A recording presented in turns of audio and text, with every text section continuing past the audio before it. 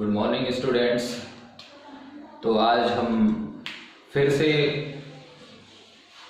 Historical research का जो remaining part है वो कंप्लीट करते हैं। कल हम लोगों ने चर्चा सोर्सेज ऑफ डेटा या आंकड़ों के स्रोतों तक की थी, जिसमें हमने primary sources and secondary sources के बारे में चर्चा की। हिस्टोरिकल रिसर्च में सोर्सेज ऑफ डेटा के बाद जो तीसरी बात आती है सामने वो है क्रिटिसिज्म ऑफ डेटा। यहाँ ये बहुत महत्वपूर्ण पक्ष है ऐतिहासिक शोध का। Criticism of data means establishment of validity of collected data, अर्थात जो हमने आंकड़े एकत्रित किए हैं उनका आलोचनात्मक या समालोचनात्मक मूल्यांकन। चूंकि ये अतीत से संबंधित शोध होता है और इसमें अतीत से संबंधित जो सूचनाएं होती हैं वो डॉक्यूमेंटेड फॉर्म में होती हैं, और अतीत में जो भी सूचनाएं हैं क्या वो वैध हैं या विश्वसनीय हैं, क्योंकि बिना उनका परीक्षण किए हुए हम उस सामग्री पर शोध नहीं कर सकते या उस पर विश्वास नहीं कर सकते। तो कॉमन सेंस में ये हम कह सकते हैं कि क्रिटिसिज्म ऑफ डेटा ऐतिहासिक शोध का वो पक्ष है जहां पर शोधकर्ता जो भी उसने शोध के लिए सूचनाएं या ऐतिहासिक घटना से संबंधित या हिस्टोरिकल इवेंट से संबंधित जो भी रिलेवेंट इंफॉर्मेशन कलेक्ट की होती है उस रिलेवेंट इंफॉर्मेशंस का चेकआउट करता है या उसका परीक्षण करता है। तो आज हम लोग डिस्कशन करते हैं तीसरा सेक्शन इसका, यानी क्रिटिसिज्म ऑफ डेटा।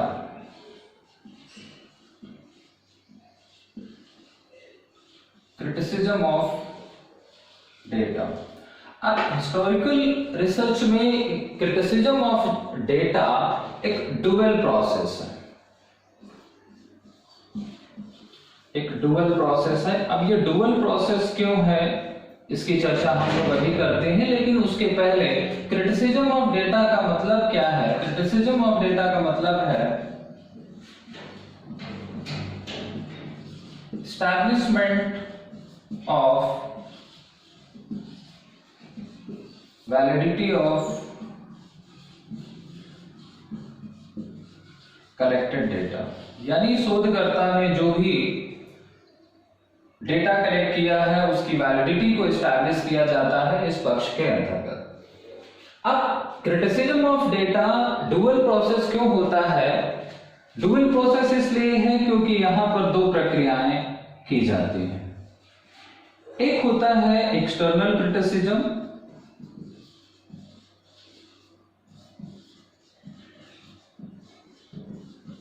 और दूसरा होता है इंटरनल क्रिटिसिज्म।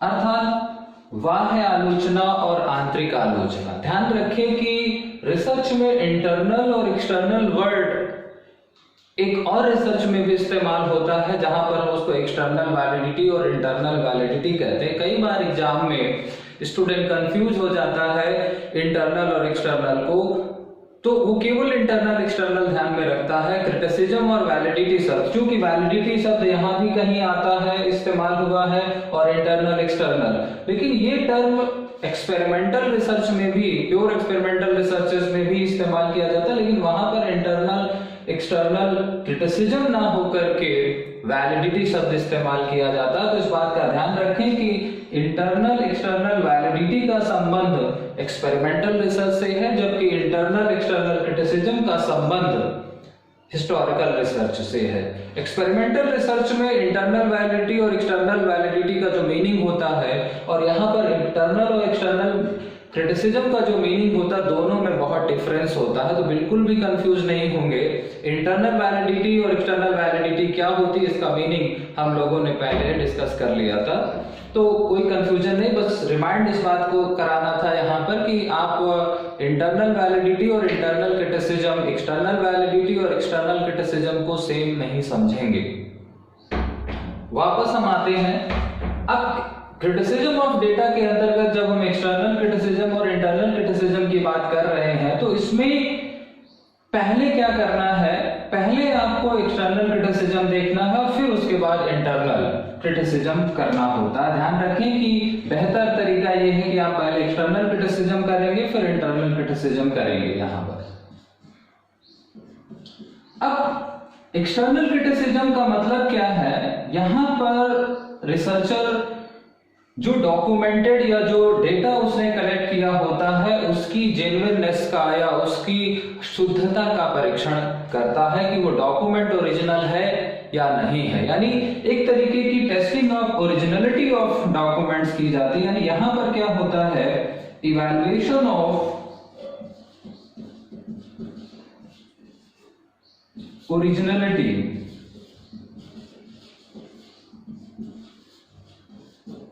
ऑफ डॉक्यूमेंट्स की जाती है। यानी जो भी उसने डॉक्यूमेंट्स कलेक्ट किया है उन डॉक्यूमेंट्स वो ओरिजिनल है या नहीं है, अर्थात हम उसकी मौलिकता का या उसकी शुद्धता का मूल्यांकन करते हैं या उसका मूल्यांकन करते हैं, उसकी जांच करते हैं। तो टेस्ट भी कह सकते हैं, इवैल्यूएशन भी कह सकते हैं। अर्थात यहां पर इवैल्यूएशन ऑफ ओरिजिनलिटी या जेन्युइननेस ऑफ डॉक्यूमेंट्स चेक की जाती है। सबसे पहले हमें यही करना होता है। दूसरा, हम यहां पर जब हम इंटरनल क्रिटिसिज्म की बात करते हैं तो हम यहां पर करते हैं evaluation of meaning and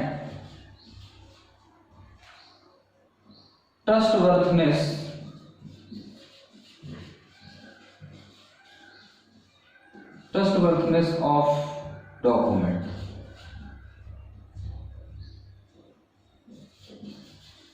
it means यहां पर एक्यूरेसी ऑफ मीनिंग देखी जाती है या एक्यूरेसी ऑफ डॉक्यूमेंट्स देखा जाता है।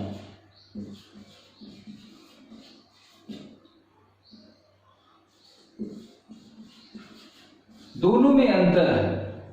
इंटरनल क्रिटिसिज्म और एक्सटर्नल क्रिटिसिज्म में अंतर है। एक्सटर्नल क्रिटिसिज्म में ओरिजिनलिटी ऑफ डॉक्यूमेंट्स देखी जाती है, जबकि इंटरनल क्रिटिसिज्म में उसकी मीनिंग की एक्यूरेसी देखी जाती है या उसकी एक्यूरेसी ऑफ डॉक्यूमेंट्स को देखा जाता है। इसको एक उदाहरण से हम लोग समझते हैं। होता क्या है कि कभी कभी जो हमारी सूचना होती है वो सूचना वास्तविक होती है या ओरिजिनल होती है, वो डॉक्यूमेंट्स ओरिजिनल होता है। जैसे कि मान लीजिए इतिहास की कोई घटना है या कोई किसी की ऑटोबायोग्राफी है, किसी की ऑटोबायोग्राफी है। अब ऑटोबायोग्राफी है तो क्या ये वही ऑटोबायोग्राफी है जिसको उस व्यक्ति ने लिखा था, या फिर ये वो ऑटोबायोग्राफी है जिसको लिखने के बाद उसने एक प्रिंटिंग प्रेस को दिया और प्रिंटिंग प्रेस वाले ने उसको प्रिंट किया, टाइप किया या ट्रांसलेट किया, या उसको उसने इंग्लिश में लिखा था, हिंदी में ट्रांसलेट करके किसी ने पब्लिश किया। दो बातें हैं। एक और उदाहरण ले सकते हैं कि जैसे मान लीजिए कोई एक एनालिसिस है। हमने कहा कि हम यहाँ पर भौतिक पदार्थों को भी लेते हैं सामग्री के रूप में। मान लीजिए जैसे कि कोई एक पत्थर है या कोई टुकड़ा है या कोई धातु है किसी किले से या किसी सभ्यता विशेष से। अब हमें सबसे पहले ये जानना है कि क्या वो जो सूचना का जो स्रोत है, यानी जो सोर्स ऑफ डेटा है, चाहे वो प्राइमरी हो या सेकेंडरी हो, यहाँ पर हमें इससे मतलब क्या वो ओरिजिनल है या नहीं, या वो जेन्युइन है या नहीं। सबसे पहले हमें यही जानने की कोशिश करनी है। अब आप कहेंगे कि हम कैसे पता लगाएं कि वो ओरिजिनल है या नहीं, या वो जेन्युइन है या नहीं। तो इसके लिए रिसर्चर अपना कॉमन सेंस इस्तेमाल करता है और उस कॉमन सेंस के अंतर्गत वो कुछ क्वेश्चंस पुटअप करता है, और अगर उन क्वेश्चंस के उसको जवाब पॉजिटिव मिलते हैं तो उस आधार पर हम ये डिसाइड कर लेते हैं। ध्यान रखें कि यहाँ पर मूल्यांकन का ना तो कोई टूल है ना ही कोई, रिसर्चर को अपने रिसर्च नॉलेज के बिहार पर, अपने उसके कॉमन सेंस के आधार पर, अपनी स्किल्स के आधार पर ये डिसाइड करना होता है कि ये जो इंफॉर्मेशन है वो ओरिजिनल है या नहीं है, या जो डॉक्यूमेंट है वो ओरिजिनल है या नहीं है। ध्यान रखें यहाँ पर अभी उसके जो अंदर का कंटेंट है उससे हमें मतलब नहीं है, अभी हम केवल मटेरियल का या जो वो डॉक्यूमेंट है उसकी ओरिजिनलिटी का, यानी डॉक्यूमेंट्स या मटेरियल की ओरिजिनलिटी का परीक्षण यहाँ पर हम कर रहे हैं। तो इसके लिए प्रश्न क्या करना, चूंकि अगर कोई डॉक्यूमेंट है या कोई मटेरियल है तो उसका कोई ना कोई डेवलपर होगा या ऑथर होगा। मोस्टली यहाँ पर चूंकि डॉक्यूमेंट्स होते हैं इसलिए हम ऑथर शब्द का इस्तेमाल कर रहे हैं। अब प्रश्न क्या करना, एक शोधकर्ता के नाते हम कैसे मान लें कि जो भी हमने डॉक्यूमेंट्स कलेक्ट किया है वो ओरिजिनल है या नहीं है।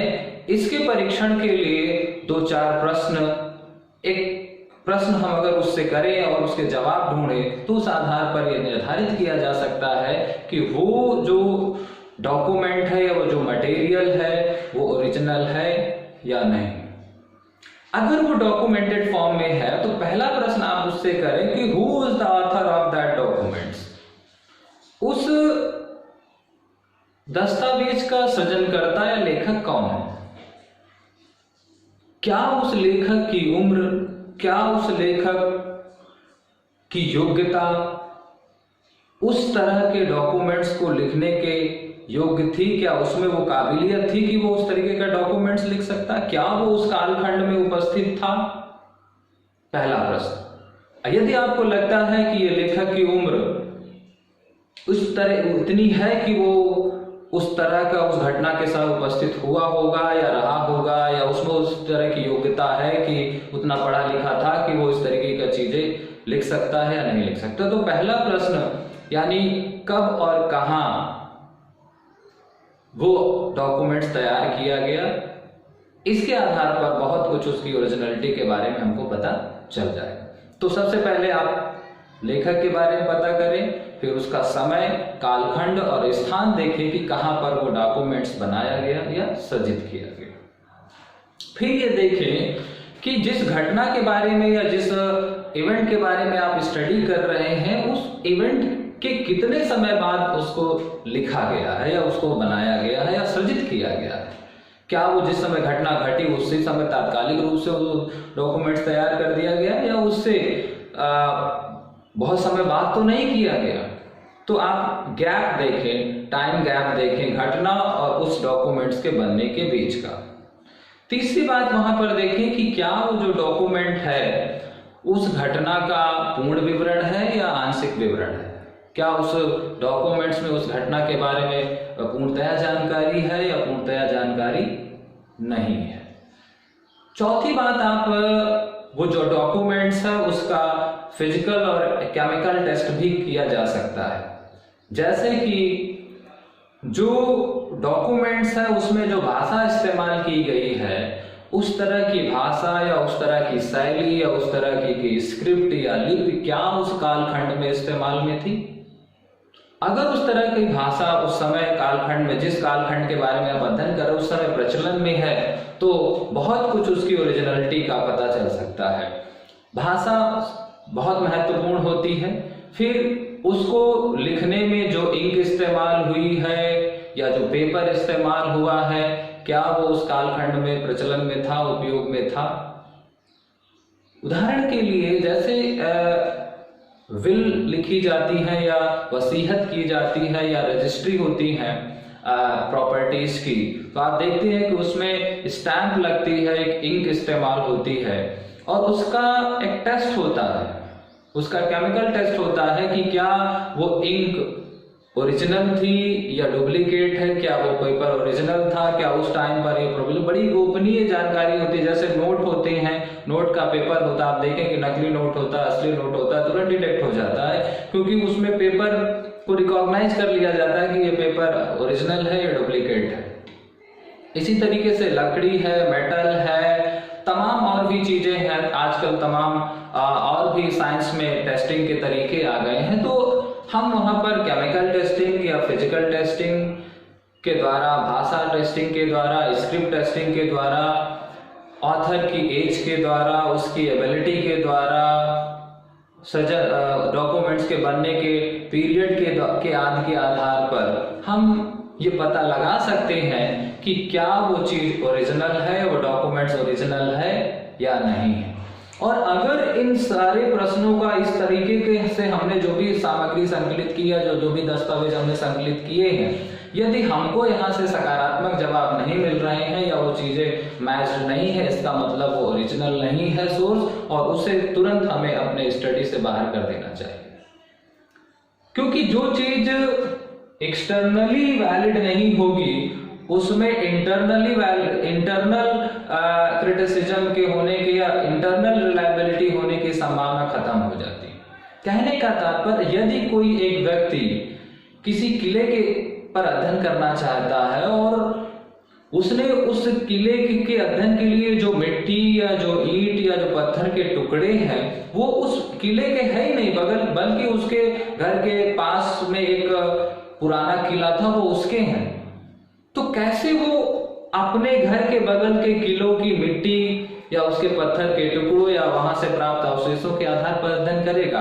एटलीस्ट अगर आपको लाल किले पर अध्ययन करना है तो लाल किले की मिट्टी होनी चाहिए, लाल किले के पत्थर होने चाहिए, तभी तो आप कर पाएंगे। तो पहले हमें एक्सटर्नली उस चीज को चेक करना है, और अगर एक्सटर्नली चेक हो गया है और हम उससे संतुष्ट हैं तब हम इंटरनल क्रिटिसिज्म पर आगे जाएंगे। तो हमारी जो साइकिल है वो एक्सटर्नल टू इंटरनल चलेगी। क्लियर? अब चलिए, हमारा जो डॉक्यूमेंट्स है वो ओरिजिनल है, हमने यहाँ पर उसका फिजिकल टेस्ट किया, हमने ऑथर का एज देखा, हमने कब बनी, कहाँ बनी, ये सारी चीजें हमने देखी और वो सारी चीजें मैच्ड है हमारी उस घटना के कालखंड से। हम यहाँ पर कंफर्म हो गए कि चलिए ये ओरिजिनल है। अब कभी कभी क्या होता है, सोर्स हमारा डॉक्यूमेंट्स ओरिजिनल होता है लेकिन उस डॉक्यूमेंट्स के अंदर की जो इंफॉर्मेशन है वो जेन्युइन नहीं होती है, वो बायस्ड हो जाती है, वो उस घटना का सही विवरण नहीं दे रही होती। डॉक्यूमेंट सही है, दस्तावेज मौलिक है, लेकिन दस्तावेज के अंदर का जो विवरण है या जो सूचनाएं हैं, जो इंफॉर्मेशन है, जो मीनिंग है, वो बायस्ड है, वो पूर्वाग्रहित है, वो गलत है। तो हम इंटरनल क्रिटिसिज्म के अंतर्गत अब उस डॉक्यूमेंट की एक्यूरेसी का या उसकी शुद्धता का परीक्षण करते हैं। जैसे लेखक कौन है ये तो पता चल गया, लेकिन अब यहाँ पर क्या लेखक ने उस घटना का तटस्थता से वर्णन किया? कहीं वो लेखक में को लालच तो नहीं दिया गया, कहीं उस लेखक को डराया धमकाया तो नहीं गया, दबाव बस तो वो बात नहीं उससे लिखवा ली गई, या कहीं उस लेखक में उस घटना के प्रति कोई नाराजगी या कोई प्रतिशोध या गुस्सा तो नहीं था। आज के संदर्भ में ही देखें, जब कोई घटना घटती है तो आप तमाम जर्नलिस्ट को देखते हैं तो हर कोई अपने एक चश्मे से उसको देखता है, कोई उसमें अच्छाइयां बता देता है, कोई घटना ओरिजिनल होती है लेकिन उसका जो विवरण पेश किया जाता है वो अलग अलग तरीके से पेश किया जाता है। कोई जर्नलिस्ट उसका फेवर करता है, कोई जर्नलिस्ट उसका अपोजिशन करता है, न्यूट्रली बहुत कम लोग उस चीज को बताते हैं। तो हम यहाँ पर ये जानने की कोशिश करते हैं कि जो ऑथर है या जो राइटर है उस डॉक्यूमेंट्स का, उसने कितना अनबायस्ड होकर के काम किया, क्या उसकी बायस्डनेस तो नहीं थी, और क्या उसमें वो जो सूचनाएं हैं वो ओरिजिनल है, वो शुद्ध रूप से या वास्तविक रूप में उल्लेखित की गई या नहीं की गई। इसके लिए भी हम यहाँ पर कुछ प्रश्न करते हैं। पहला प्रश्न आप ये करिए कि वो जो सेंटेंसेस लिखे गए हैं उनका मीनिंग देखिए। क्या वो जो वाक्य लिखे गए हैं या जो तत्व सामग्री अंदर उल्लेखित की गई है उसका अर्थ उस घटना से संबंधित है? क्या वो उस घटना से मैच कर रहा है? पहली चीज। दूसरा, फिर लेखक ने किन परिस्थितियों में उस चीज को लिखा है? क्या उसने स्वयं उस घटना को देखा था, उस आधार पर लिखा, या फिर उसने किसी से सुना था उस कालखंड में, उससे सुन करके लिखा, या फिर केवल अपने विवेक के आधार पर लिखा? क्या वो उस घटना का प्रत्यक्षदर्शी था, या फिर वो एक थर्ड पर्सन था जिसने उस घटना से किसी दूसरे व्यक्ति से उस घटना के बारे में कुछ जानकारी प्राप्त की और फिर उसको लिपिबद्ध किया? तो पहला प्रश्न, आप उल्लेखित सामग्री का अर्थ देखें। फिर ये देखें कि जो लेखक है उसने उस सामग्री का सृजन किन परिस्थितियों में किया और कैसे किया। क्या उसने पक्षपात तरीके से किया, वो पक्षपात सकारात्मकता का भी हो सकता है, नकारात्मकता का भी हो सकता है। दूसरा, वो जो सामग्री है, वो सामग्री में जो मीनिंग है, वो जो शब्द हैं, उन शब्दों का जो अर्थ है, वो अर्थ उस घटना से कितना मैच कर रहा है। यहाँ पर दो चार बातें ऐसी हैं जिनको अगर हम उस संकलित सामग्री के संदर्भ में इस्तेमाल करते हैं तो कहीं ना कहीं एक तरीके का वो मूल्यांकन हो जाता है। और जब ये दोनों चीजें, जब हमने यहाँ पर प्रश्न किए और उन प्रश्नों के भी हमको संतोषजनक जवाब मिल गए, तो हम इस बात से इत्मीनान कर लेते हैं कि हमने जो सामग्री या जो डेटा कलेक्ट किया है वो वैलिड है और रिलायबल है। तो यहाँ पर डेटा का जो इवैल्यूएशन है, क्रिटिसिज्म ऑफ डेटा या इवैल्यूएशन ऑफ डेटा में डुअल प्रोसेस में आपको पहला फेज एक्सटर्नल क्रिटिसिज्म का रखना है और दूसरा इंटरनल क्रिटिसिज्म का रखना है। ध्यान रखें कि एग्जाम में सीधे सीधे प्रश्न पूछ लिया जाता है कि एक्सटर्नल क्रिटिसिज्म का मीनिंग क्या होता है या इंटरनल क्रिटिसिज्म का मीनिंग क्या होता है। तो ध्यान रखें कि एक्सटर्नल क्रिटिसिज्म में हम डॉक्यूमेंट्स की या मटेरियल्स की ओरिजिनलिटी का या उसके जेन्युइननेस का परीक्षण करते हैं या मूल्यांकन करते हैं, उसकी जांच करते हैं। और इंटरनल क्रिटिसिज्म में ध्यान रखिए कि वही जैसे कोई एक बुक स्रोत है, सामग्री है, तो पहले उसको बाहर रूप से देखा जाएगा कि ये ओरिजिनल है या नहीं, और फिर इंटरनल का मतलब उसके आंतरिक और अंदर क्या होता है, अंदर उसमें सूचनाएं निहित होती हैं। तो हम इंटरनल क्रिटिसिज्म में उसके मीनिंग को इवैल्यूएट करते हैं, अर्थात उसकी सूचना को का मूल्यांकन करते हैं, उसकी सूचना की शुद्धता का मूल्यांकन करते हैं। जैसे कि क्या प्रिंटिंग करते समय कोई एरर्स तो नहीं हुई है, टाइपिंग एरर तो नहीं है, ट्रांसलेशन एरर तो नहीं है, कितना वेरिएशन हुआ, तमाम ऐसी चीजें। तो अगर सीधे सीधे आपसे पूछा जाए कि ओमिशन या ट्रांसलेशन या टाइपिंग एरर का संबंध किससे है, तो वो है इंटरनल क्रिटिसिज्म से। लेकिन जब हम पेन के बारे में, इंक के बारे में, कागज के बारे में, लकड़ी के बारे में, धातु के बारे में, पेपर के बारे में जांच करते हैं तो वो एक्सटर्नल क्रिटिसिज्म के अंतर्गत कंसीडर किया जाता है। अब जब हम अपने डेटा का क्रिटिसिज्म कर लेते हैं तो वो हमारा जो आंकड़ा है वो अब शोध में प्रयोग के लिए उपयुक्त हो जाता है, और अब रिसर्चर उस संकलित सामग्री का ही विश्लेषण करता है और उसको ही सिंथेसिस करके अपने रिसर्च क्वेश्चंस का या अपने रिसर्च जो उसने हाइपोथेसिस बनाई होती है उनके परीक्षण के लिए, उनकी जांच के लिए आगे बढ़ता है। तो ये तीसरा और महत्वपूर्ण पहलू था यहाँ पर हिस्टोरिकल रिसर्च का। तो कल भी मैंने एक बात चर्चा की थी आपसे कि हिस्टोरिकल रिसर्च में उसका मीनिंग ध्यान में रखना है, उसके बाद डेटा कलेक्शन को ध्यान में रखना जिसमें primary source and secondary source की बात की गई, और फिर इसके बाद डेटा क्रिटिसिज्म या इवैल्यूएशन ऑफ डेटा जिसमें हम डुअल प्रोसेस के अंतर्गत एक्सटर्नल और इंटरनल क्रिटिसिज्म यूज करते हैं।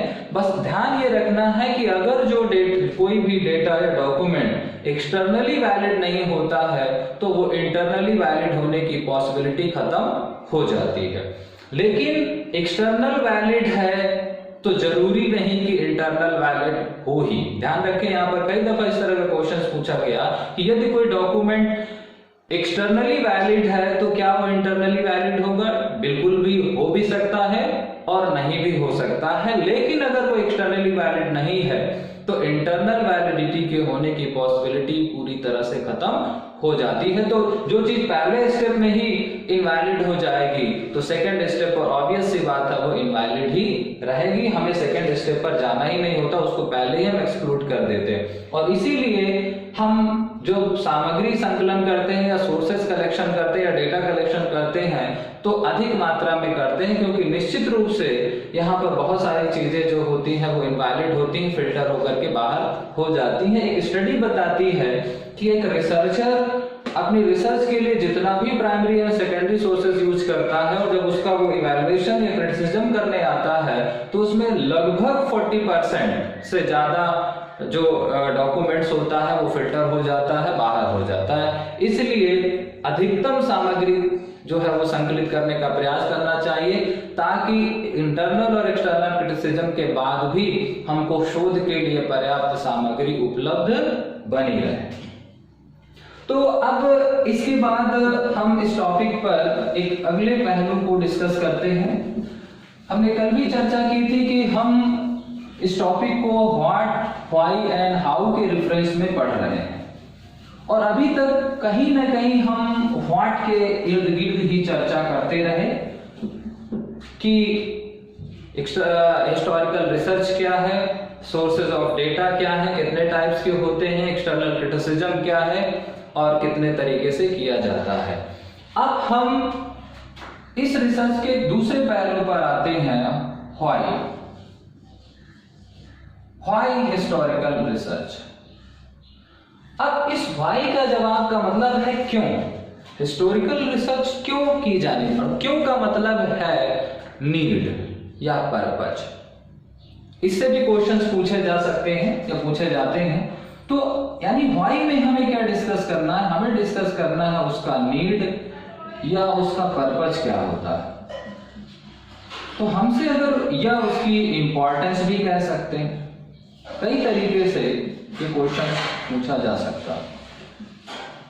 तो हमें यहां पर हिस्टोरिकल रिसर्च की नीड, पर्पज या उसके इंपॉर्टेंस की, या इसी को हम ऑब्जेक्टिव भी कह सकते हैं कि इसके ऑब्जेक्टिव क्या होते हैं,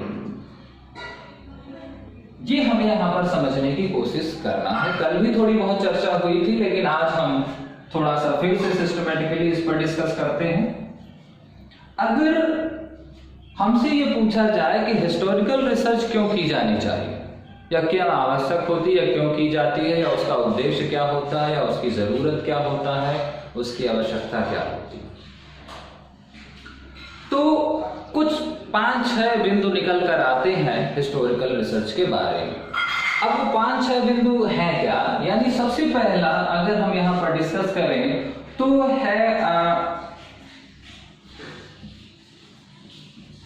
to find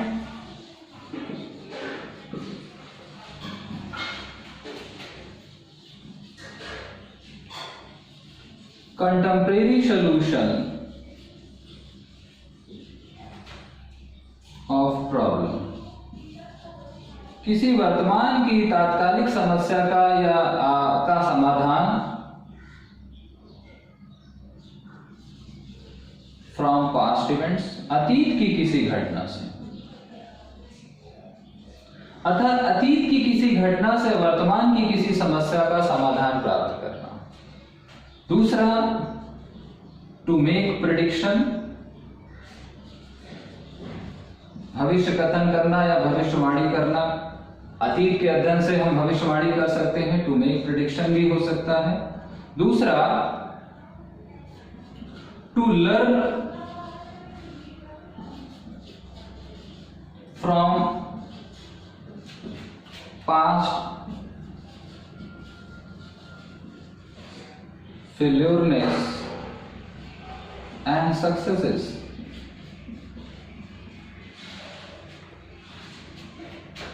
चौथा पॉइंट हो सकता है to re-evaluate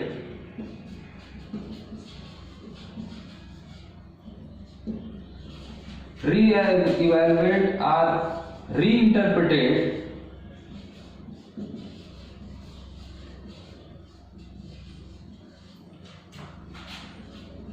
of past historical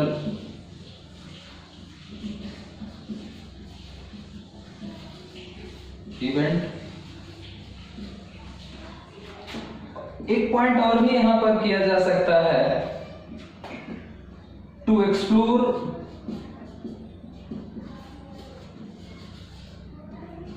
A relation between past events, या इसी को एक तरीके से और भी कहा जा सकता है टू कंपेयर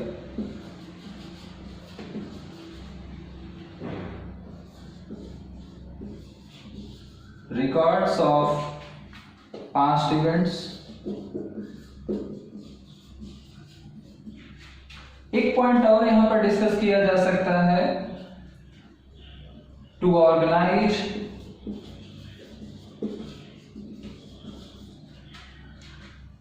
हिस्टोरिकल रिकॉर्ड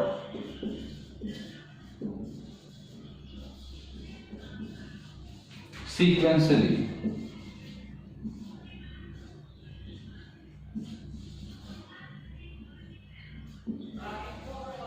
अर्थात अगर हम यहां पर मुख्य से बात करें तो ये first, second, third, fourth, fifth and six points निकल करके आते हैं। अर्थात अगर हम पहला इसका वाई का जवाब ढूंढे तो पहला जवाब हो सकता है कि वर्तमान की किसी समस्या का समाधान अतीत की किसी का, अर्थात जब भी हम प्रेजेंट प्रॉब्लम का सलूशन किसी पास्ट घटना से निकालने की कोशिश करते हैं तो वहां पर हिस्टोरिकल इवेंट्स इस्तेमाल की जा सकती है। दूसरा, टू मेक प्रेडिक्शन, अतीत की घटना के अध्ययन से हम भविष्य कथन कर सकते हैं कि अगर पास्ट में ऐसा हुआ है तो भविष्य में भी ये हो सकता है। एक फॉरकास्टिंग की जा सकती है। प्रेडिक्शंस का मतलब है फॉरकास्टिंग। तो फॉरकास्टिंग पावर भी होती है, एक प्रेडिक्शंस भी किया जा सकता है फ्यूचर के बारे में हिस्टोरिकल इवेंट से। To learn from past failureness and success, अतीत में जो हमने फेल्योरनेस हुई है हमारे साथ या जो हमारी सक्सेसेस हैं उनसे भी हम सीख सकते हैं। जब हिस्टोरिकल रिसर्च में हमारी अतीत की जो सफलताएं या असफलताएं होती हैं वो हमसे अतीत की सफलताओं और असफलताओं से सीखने का एक अवसर हमको हिस्टोरिकल रिसर्च उपलब्ध कराती है। दूसरा, कि जब अतीत की किसी घटना का रीवैल्यूएशन या पुनर्मूल्यांकन या रीइंटरप्रिटेशन करना होता है, अतीत की किसी घटना पर कोई प्रश्न चिन्ह लग गया, किसी ने सवाल खड़े कर दिए, तो फिर से हम उस सवाल का जवाब ढूंढते हैं। अर्थात हम एक तरीके से रीस्टैब्लिशमेंट ऑफ हिस्टोरिकल इंफॉर्मेशन करते हैं। तो उस परिस्थिति में भी हम हिस्टोरिकल रिसर्च की बात करते हैं। To explore a relation between past event, अतीत की घटनाओं से कुछ नए संबंधों को ज्ञात करना है, अतीत से संबंधित जो रिकॉर्ड्स हैं उनको कंपेयर करके कोई चीज नहीं निकालना, वहां पर भी हिस्टोरिकल इवेंट्स की एक संभावना बचती है। और to organize historical record sequentially, अतीत से संबंधित जो तमाम दस्तावेज होते हैं, तमाम तथ्य होते हैं, उनको व्यवस्थित तरीके से या क्रमबद्ध तरीके से व्यवस्थित करने के लिए भी, ताकि हम उनको प्रिजर्व कर सके फॉर द अपकमिंग जनरेशंस, आने वाली पीढ़ियों के लिए वो ज्ञान व्यवस्थित तरीके से रहे, वो सूचना व्यवस्थित तरीके से रहे। इस संदर्भ में भी हम ऐतिहासिक शोध करते हैं। तो व्हाई का जब हमसे जवाब पूछा जाए कि why historical research, why historical research, तब आप इन 6 प्रश्नों के जवाब या ये 6 जवाब में से 2-4 जवाब आप दे सकते हैं। उसके आधार पर ये हम जस्टिफाई कर सकते हैं कि प्रेजेंट टाइम में या किसी भी डिसिप्लिन में हिस्टोरिकल जो रिसर्च होती है उसकी इंपॉर्टेंस क्या होती है, उसका सिग्निफिकेंस क्या होता है। तो बहुत सारी चीजें, ये इस हिस्टोरिकल रिसर्च का सिग्निफिकेंस है, ये इसका नीड है, ये इसका पर्पज है, ये इसका इंपॉर्टेंस है, किसी भी तरीके से आप इसको अपने दिमाग में रख सकते हैं। अब एक तीसरे पहलू पर चर्चा करते हैं और वो तीसरा पहलू है हाउ का, यानी कैसे। व्हाट एंड व्हाई के बाद तीसरा एक चरण आता है हाउ, यानी हिस्टोरिकल रिसर्च कैसे की जाती है। अब हाउ का मतलब है प्रोसेस, या इसी को हम स्टेप्स भी कह सकते हैं कि हिस्टोरिकल रिसर्च के स्टेप्स क्या होते हैं। अगर सोशल साइंस रिसर्च में बात की जाए तो क्या जो एक्सपेरिमेंटल रिसर्च के स्टेप होते हैं वही स्टेप इसमें फॉलो किए जाते हैं, या जो क्वांटिटेटिव रिसर्च के स्टेप्स होते हैं वही रिसर्च इसमें फॉलो किए जाते हैं, या जो दूसरी क्वालिटेटिव रिसर्चेस होती हैं उस रिसर्च के ही रिसर्च स्टेप्स होते हैं। तो थोड़ी से कुछ जो इसके स्टेप्स होते हैं वो वैरी करते हैं, बाकी स्टेप्स लगभग रिसर्च में जो होते हैं वही इसमें भी फॉलो किए जाते हैं। अगर हम थोड़ा सा ब्रीफली शॉर्ट फॉर्म में अगर इसके स्टेप्स की बात की जाए तो अगर हम दो तरीके से इसके हाउ को पढ़ेंगे, इन शॉर्ट और यहां पर डिटेल में। अगर इन शॉर्ट की जाए तो मुश्किल से 3 से 4 स्टेप में ये रिसर्च कंप्लीट हो जाती है। यानी सबसे पहले क्या करते हैं, अगर हम पहला स्टेप देखें तो हम कह सकते हैं कि आइडेंटिफिकेशन ऑफ प्रॉब्लम।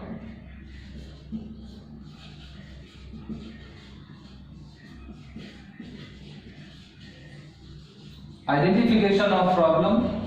दूसरा डेटा कलेक्शन।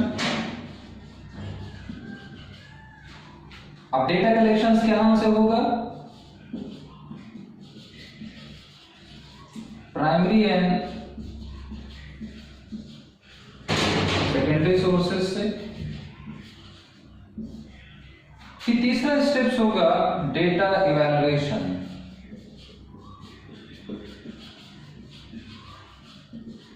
जिसको आप क्रिटिसिज्म कहते हैं। और यहां पर क्या होगा, ये एक्सटर्नल एंड इंटरनल, जो अभी हम लोगों ने डिस्कस किया। इसके बाद डेटा सिंथेसिस।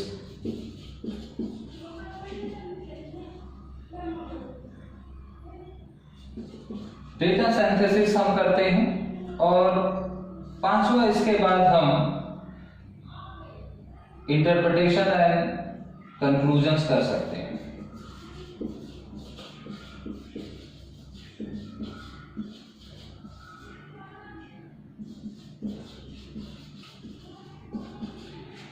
मुख्यतः बेसिकली यहां पर ये बड़ा शॉर्ट फॉर्म में, यानी हम एक समस्या की पहचान करेंगे, फिर प्राइमरी एंड सेकेंडरी सोर्सेज से सूचनाएं संकलित करेंगे, उन सूचनाओं का इंटरनल और एक्सटर्नल क्रिटिसिज्म करेंगे, और फिर उसके बाद जो बची हुई सामग्री है उसमें हम डेटा सिंथेसिस, यानी कहने का तात्पर्य यहां पर कंफर्मेशन या हाइपोथेसिस टेस्टिंग आप इसको कह सकते हैं। हाइपोथेसिस टेस्टिंग करते हैं, उसके आधार पर इंटरप्रेट करके कुछ अपने निष्कर्ष आप निकाल लेते हैं। लेकिन ये एक बड़ा शॉर्ट स्टेप्स है।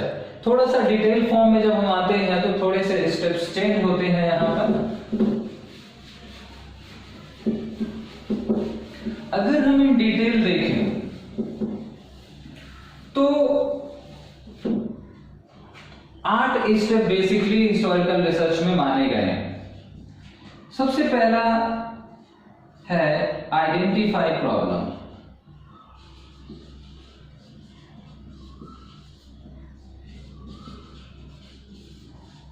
आइडेंटिफाई प्रॉब्लम यानी समस्या की पहचान। दूसरा background study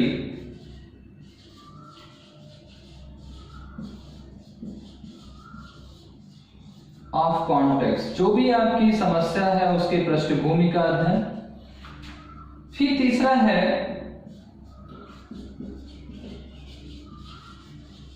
formulation of research questions and hypothesis.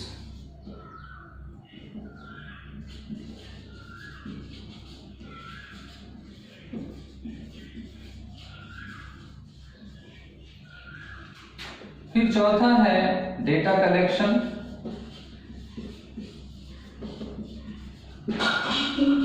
फिर है डेटा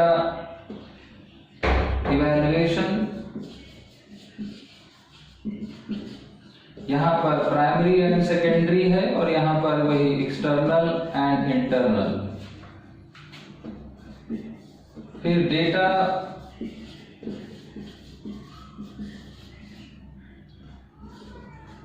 सिंथेसिस, यहां पर कंफर्मेशन और डिसकंफर्मेशन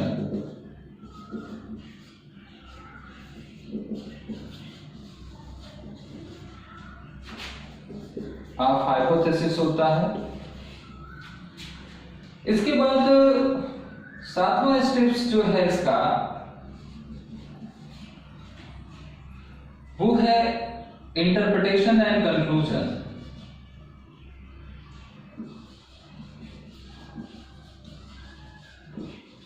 इंटरप्रिटेशन एंड कंक्लूजन।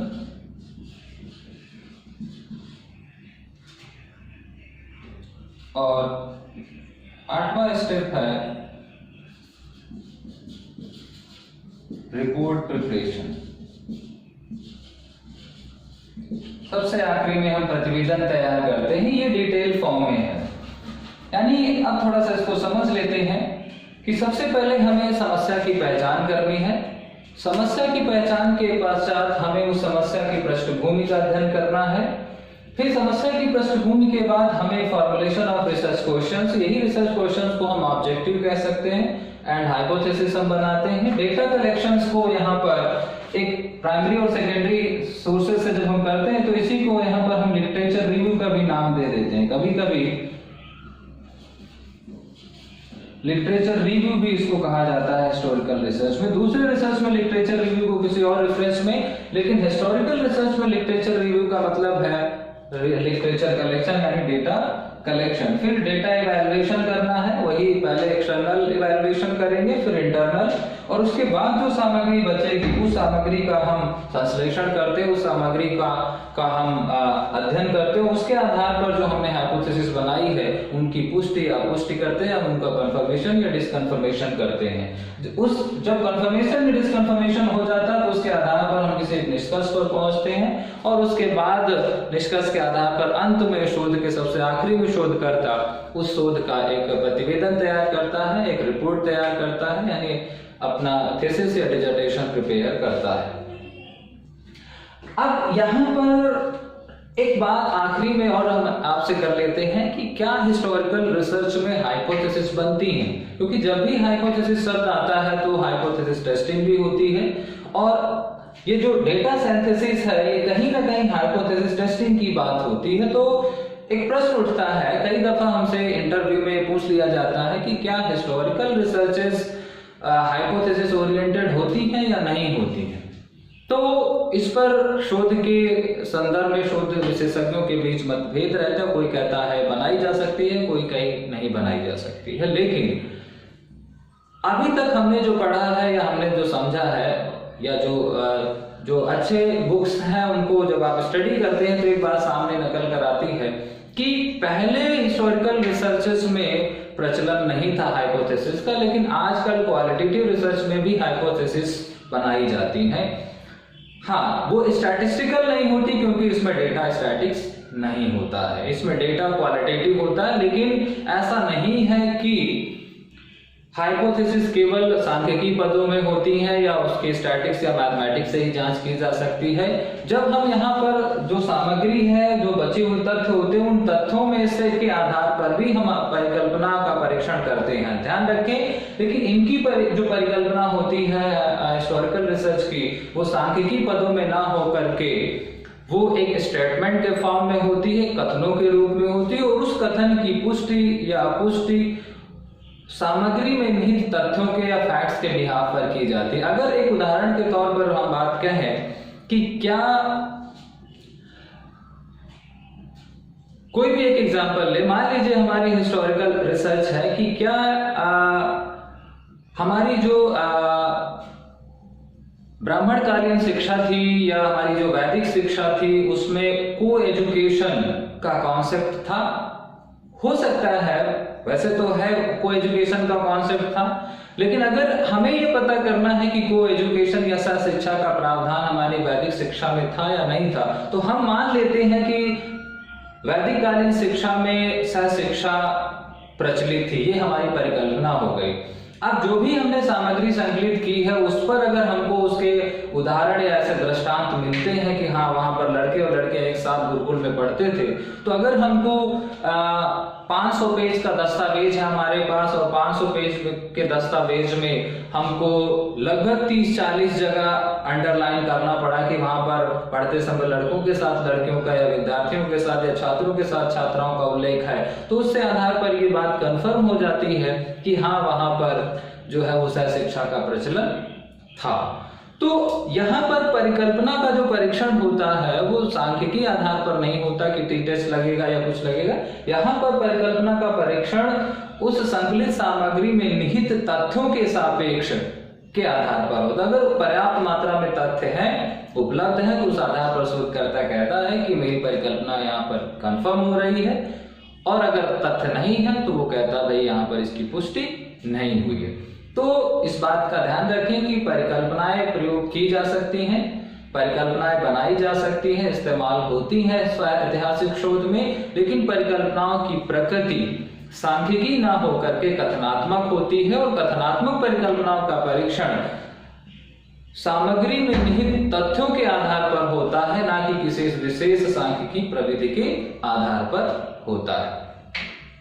तो ये था हमारा हिस्टोरिकल रिसर्च का टॉपिक। आई होप कि इसमें लगभग जितने एग्जाम ओरिएंटेड एस्पेक्ट होते हैं हिस्टोरिकल रिसर्च के बारे में वो हम लोगों ने कवर करने की कोशिश की है, लेकिन इसके बावजूद भी अगर आपका कोई क्वेरी हो या कोई जिज्ञासा हो तो डेफिनेटली आप वीडियो के कमेंट बॉक्स में लिखें और उसको हम रेक्टिफाई करने का या आपकी उस जिज्ञासा का समाधान करने का पूर्ण प्रयास करेंगे। तब तक के लिए गुड बाय।